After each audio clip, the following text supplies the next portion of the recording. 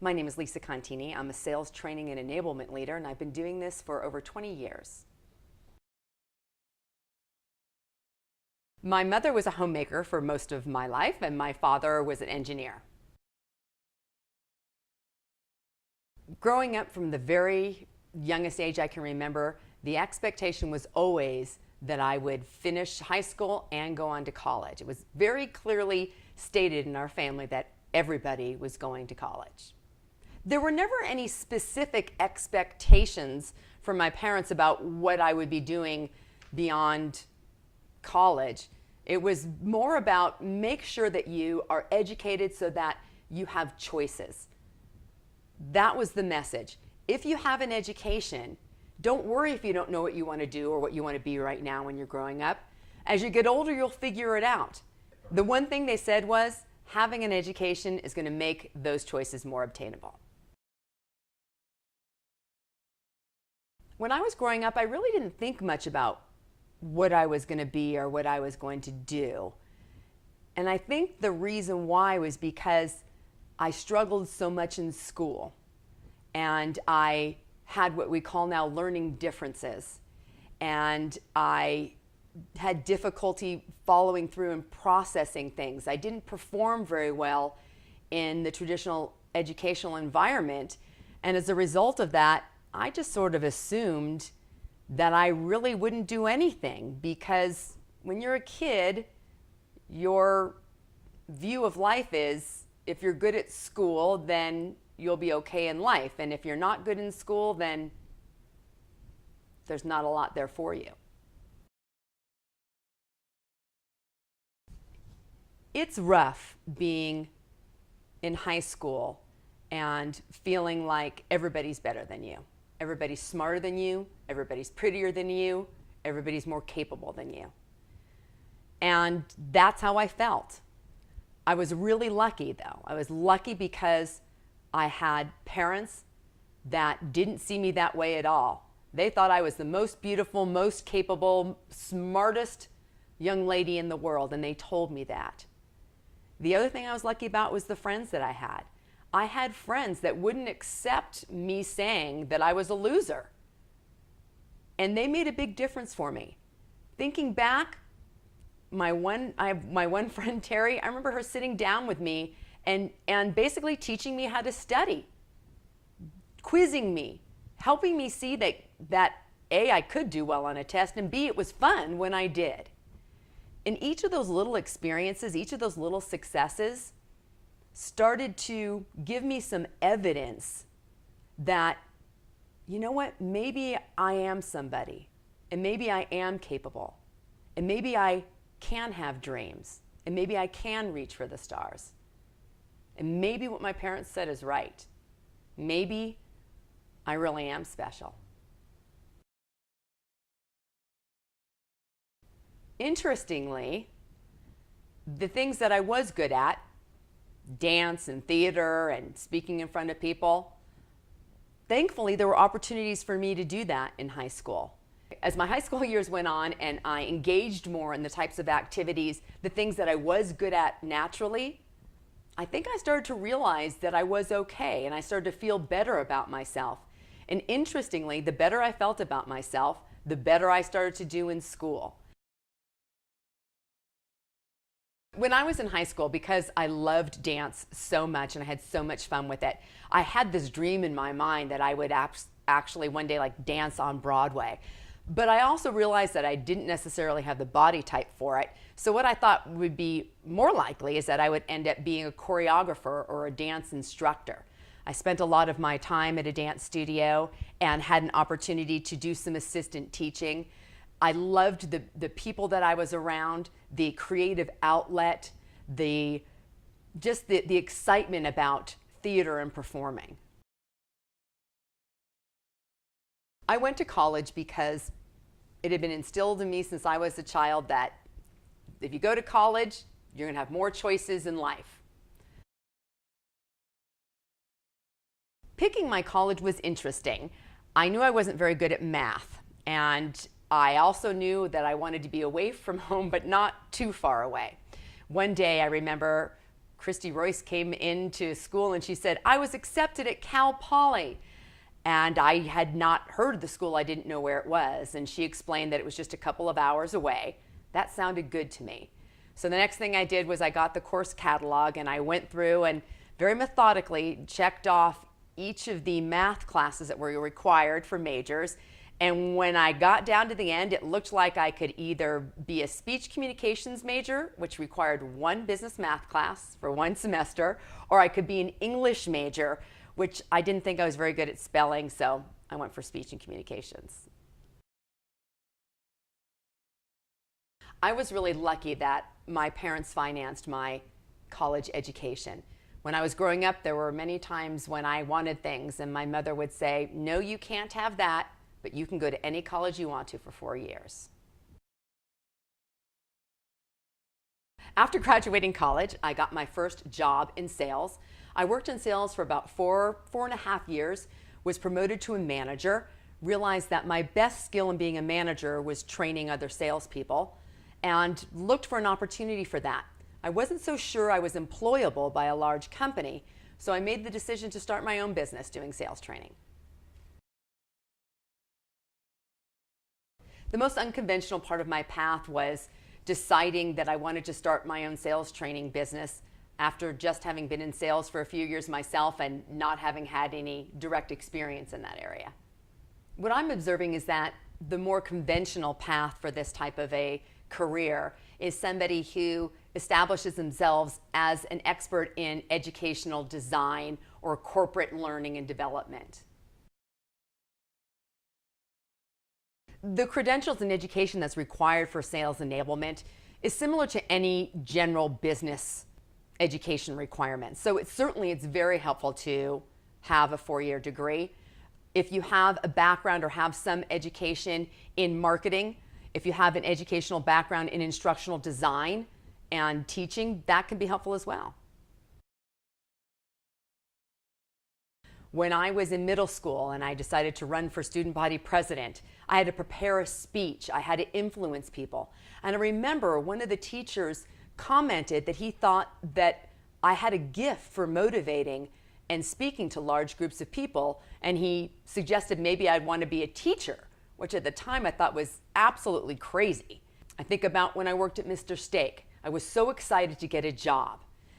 What I didn't realize is how much money you can make as a waitress. And I loved this idea of, wait a minute, the more effective I am with my customers, the more money I will make. Tips! And in fact, I think that may have been one of the reasons why I loved a sales job so much, because the idea of just getting paid a salary and no matter what you do, no matter how good it is, it's the same amount of money, it just didn't appeal to me. But I had that experience when I was 16, knowing that, you know what, if I could connect with that customer, if I made them feel better, if I came in and asked them how they were doing, whatever it was, they would pay me more money. I liked that. When I landed my first job in sales, I really came alive. I had so much fun and I made a lot of money, and that was a great feeling. One of the things that is a natural extension or career step at that time would then to become a sales manager, which in fact this company did put me into a management role. I was fairly young and there was a lot of things about managing that I really didn't understand. One thing I did very well in that role, though, was working with the people that were on my team and teaching them how to sell better. And what I thought to myself is, if I could just get paid to just do that part, that would be awesome. I knew there were some sales training companies out there, but I thought, there's no way they would hire me. I didn't have any experience. Coincidentally, at the same time, one of my sisters had gone out and started her own business, developing and producing training videos that were associated to using different sorts of computer programs. And I was having a conversation with her, and I said, gosh, if I could just, go out there and teach people what I know, that would be my ideal job. And she said, well, then why don't you do that? And I thought, well, I don't know. I guess I don't have a reason why I wouldn't. And she said, you know what? I'll help you put the recipe together. I know training. You know sales. I'll help you figure out what the actual content should be, and you can go out there and do your thing. And that's how I got started in sales training and enablement. There are many obstacles I face. There are obstacles that I face as a woman. There's obstacles I face in trying to get somebody to agree with me or spend money on something. The biggest obstacle I had to overcome in order to get to where I was today was my belief in myself. Once I really saw that I was capable, that I am smart, any other obstacle was just sort of an annoyance or something I knew I could figure it out. When I think back, even in college, I saw that I could do well and I got okay grades. But even then, I remember when my husband, now then boyfriend, I remember telling him, you know, I have no skills, so I don't know if you're getting serious about me. You got to know I don't know where I'm going to go in life. It was really when I got my first sales job, and I realized that the things that come easy to me, it was communicating came fairly easily. Engaging people in conversation, getting excited about something, that came easy to me. And in retrospect, I assumed that anything that came easy to me simply didn't have any value. But what I really learned in that first sales experience was that taking the things that I was naturally good at and focusing them and getting even better at them was a good thing. As a sales enablement leader, my focus is on making sure that the global sales organization has the information, has the knowledge, and the skills that they need to meet the revenue goals of the company. In today's world, especially in technology, I tend to work with technology companies, things happen quickly. New products get released all the time. My job is to make sure that a global field organization is up to speed on what's happening in their market, what's happening with their competitors, and what's happening with the new products that the company has. Sort of a combination of ensuring that they have knowledge and understanding, but also that they have the skills that they need to effectively position and sell the products and services of their company. Without this role, there's a lot of mayhem, really, because you have hundreds or sometimes even thousands of salespeople who are trying to figure it out on their own. So what they end up doing is taking whatever information they get, for example, from marketing, and trying to put their own spin on it. And as a result of that, their confusion happens amongst the market, and it's inefficient and difficult to meet revenue goals. Traditionally, sales training was done by bringing all of the salespeople together into a room for 2 or 3 days and just giving them all the information that you thought they needed. Because of the change in the world today, global business and how quickly things happen, that old way of doing things just doesn't scale. And so what sales enablement is, which is sort of what sales training has evolved into, because this is a new and emerging function, the expectations and the assumptions that the workplace make about the role can sometimes be a real obstacle and be quite challenging. And there's definitely been times when I felt like, look, you idiots, just let me do my job. Stop trying to make this be something other than it is. And I understand that the reason why that happens is because two main functions that influence and have a lot at stake for the work that you do when you're in sales enablement. The sales organization, obviously, but also the marketing organization. Actually, I think one of the reasons why sales enablement has evolved as a distinct function is because salespeople get so tired of trying to take whatever it is that marketing gives them and make it work for them. And so it became, it just sort of evolved to something saying, we can't, you can't just keep giving us marketing shit, asking us to use it to sell. We need real, true sales messaging. And so the role of this person, when you're in sales enablement, you need to be that liaison. You need to be the translator. You need to be able to work with the product marketing organization to understand what the market message is that we want to get out there, but then you need to be responsible for doing the translation. A typical day for me is spent, of course, doing some checking of emails and some administrative sorts of things. A lot of my day is spent in brainstorming and problem solving, taking a look at what the current challenges are that the sales organization is facing, and then working with different parts of the organization to identify subject matter experts, come up with content, as well as think through different ways that we can deliver that content through training and enablement resources to the field. This one project that I worked on recently was aimed at helping the salespeople be more effective at telling sales stories. I reached out to the sales organization, actually created a contest asking them to call in and just record their sales stories for me because I know they're busy.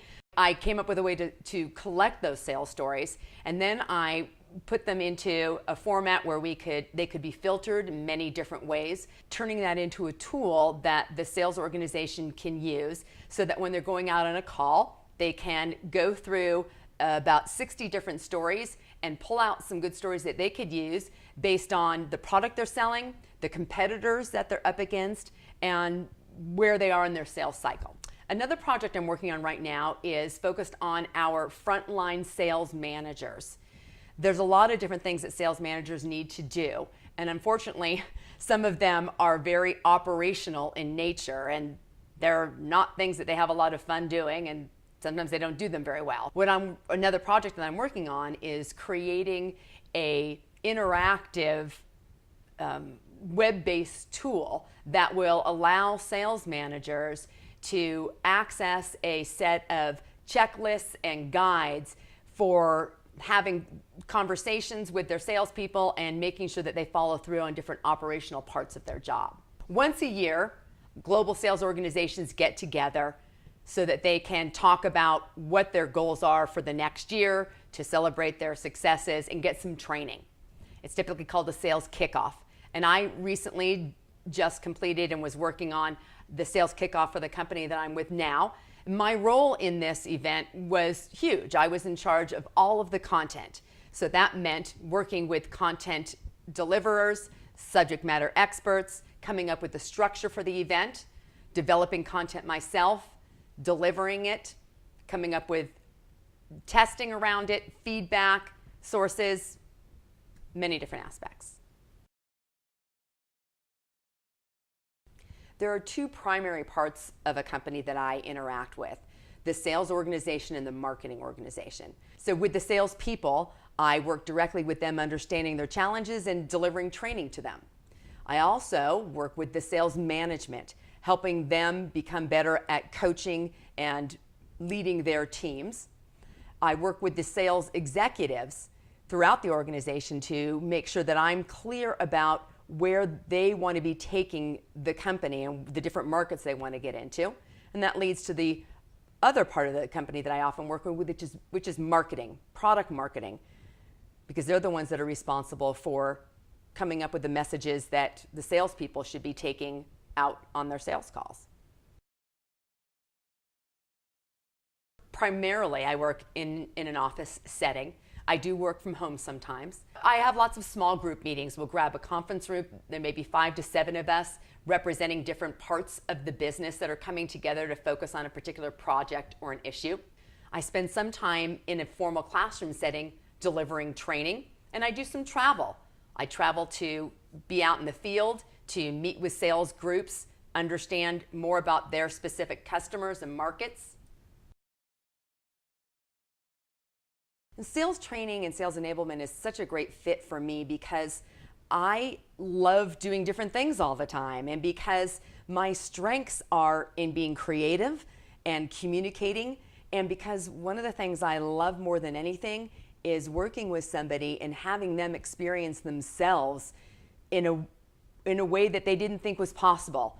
It's perfect for me because it's constantly changing. It allows me to be creative, and it also fulfills me internally in terms of having that experience of working with other people and having them be successful.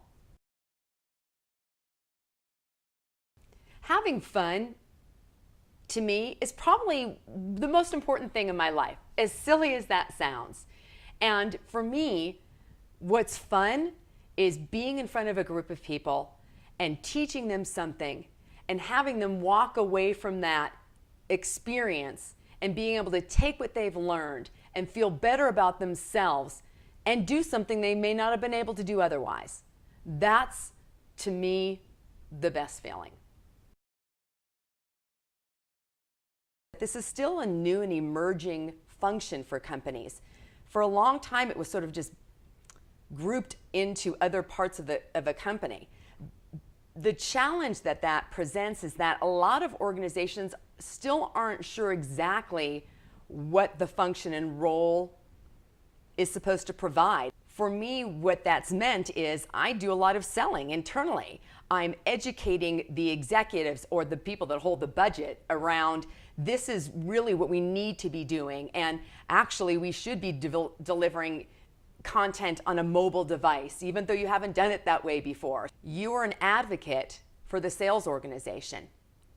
However, you're also responsible for ensuring that whatever message that the marketing organization is tasked with delivering, you need to make sure that that message is effectively communicated through the sales organization.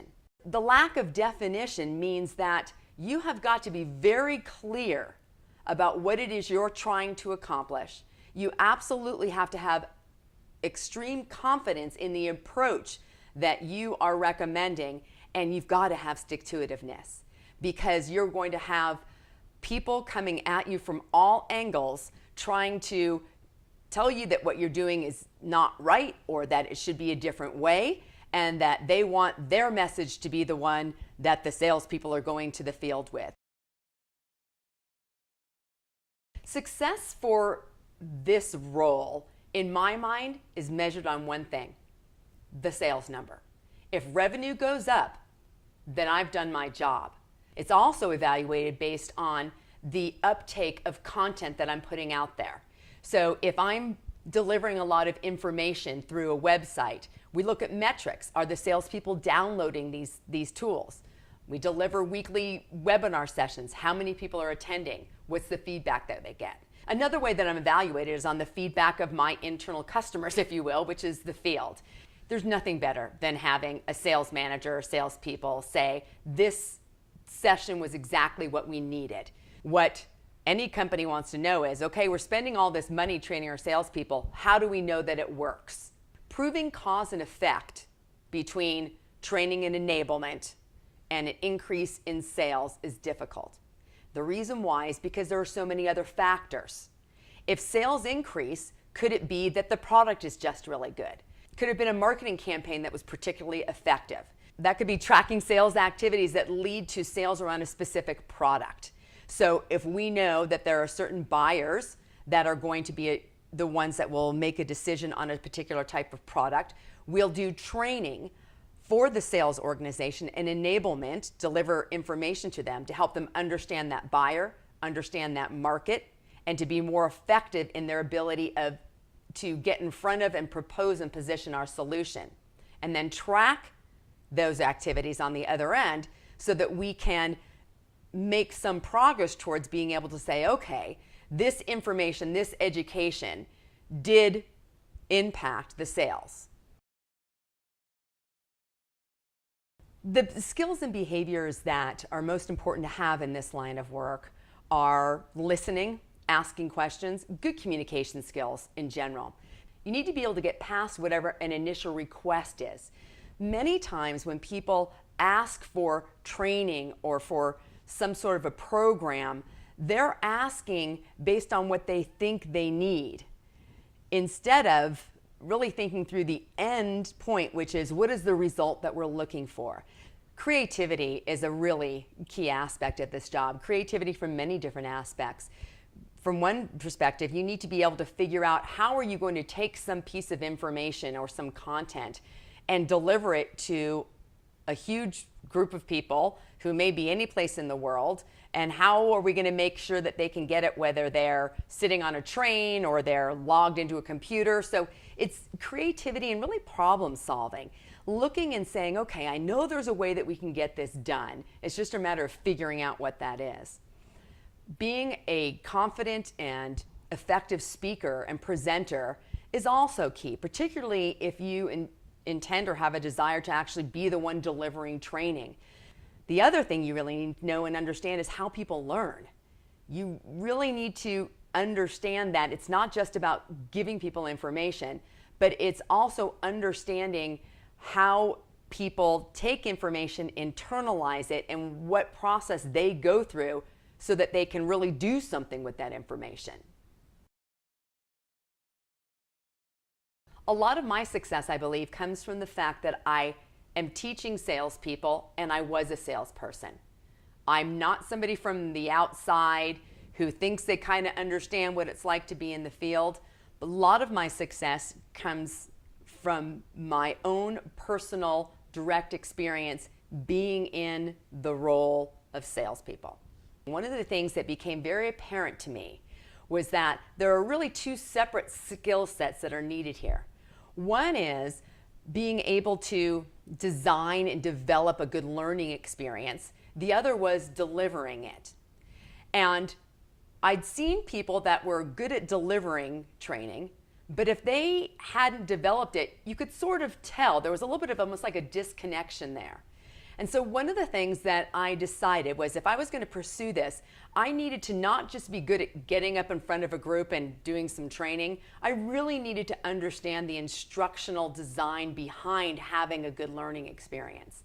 So that's a unique set of traits that I have and that I bring to the market, is the fact that not only do I understand sales and salespeople, I've been there. Not only can I get up in front of a room and deliver some training, I've actually have designed it and I know how to design it to ensure that it's effective and it gets the results. To be successful, you have got to be curious. You have got to want to know and understand what is our market message and why. How does this market message differ from somebody else's? From the sales perspective, you have to understand what their life is like on a day-to-day basis.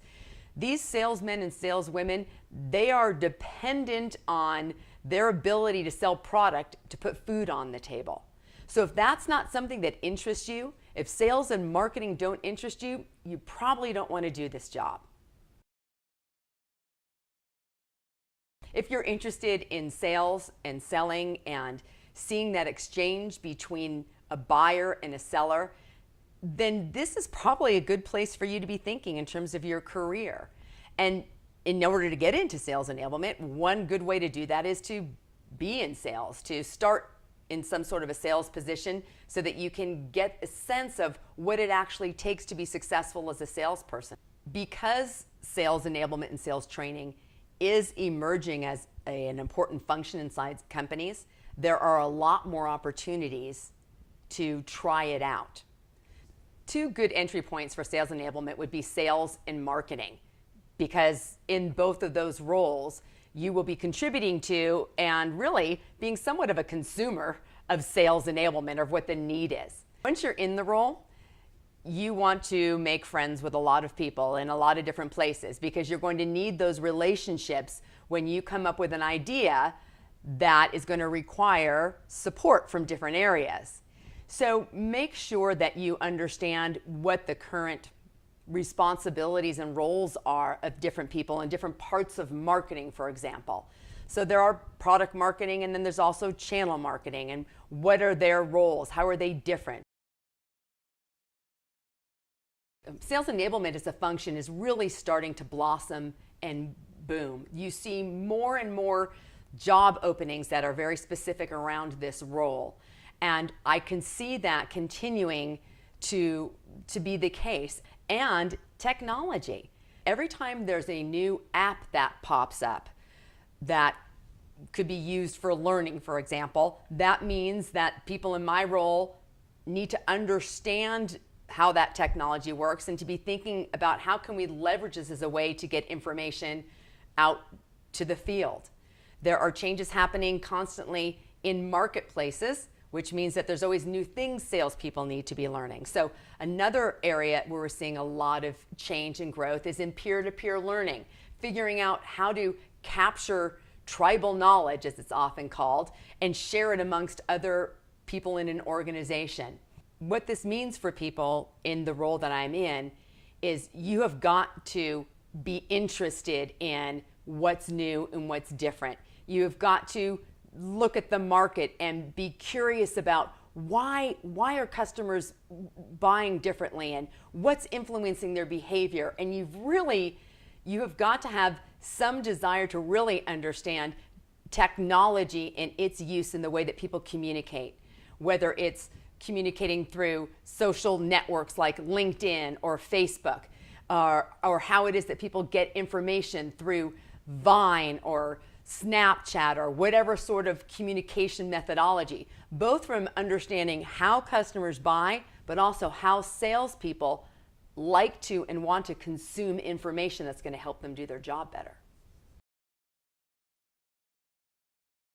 There are so many rewards for being in sales enablement and training these days. First of all, it's just plain fun. You're around salespeople. Salespeople are a blast. There's lots of energy, there's creativity.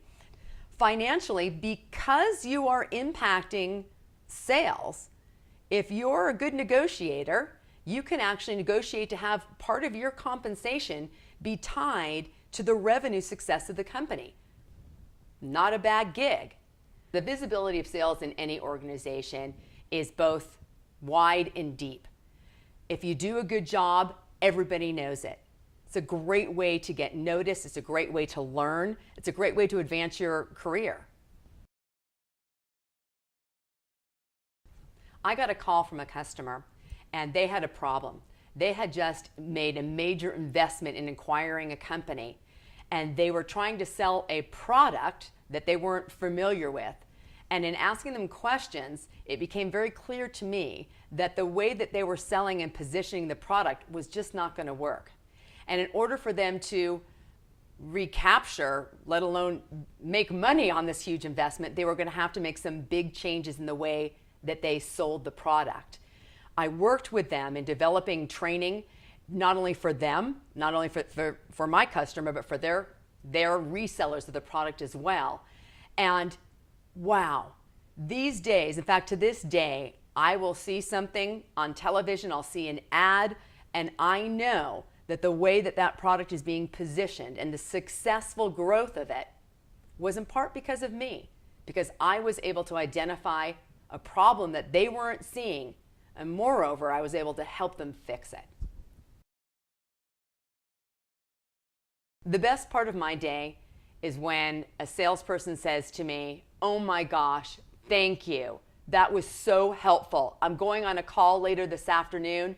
I'm going to be able to use that information and I know I will close more business because of it." You salespeople are like islands these days. They're out in the world by themselves. They're not going into an office every day and they are trying to figure out everything on their own. So when you can bring something to them, some information and a way to communicate it, when you can provide them with some knowledge or some sort of a skill that's going to allow them to be more effective, that's going to allow them to respond more effectively to a customer objection, something that's going to allow them to get in the door when they couldn't get in the door before, they are so grateful.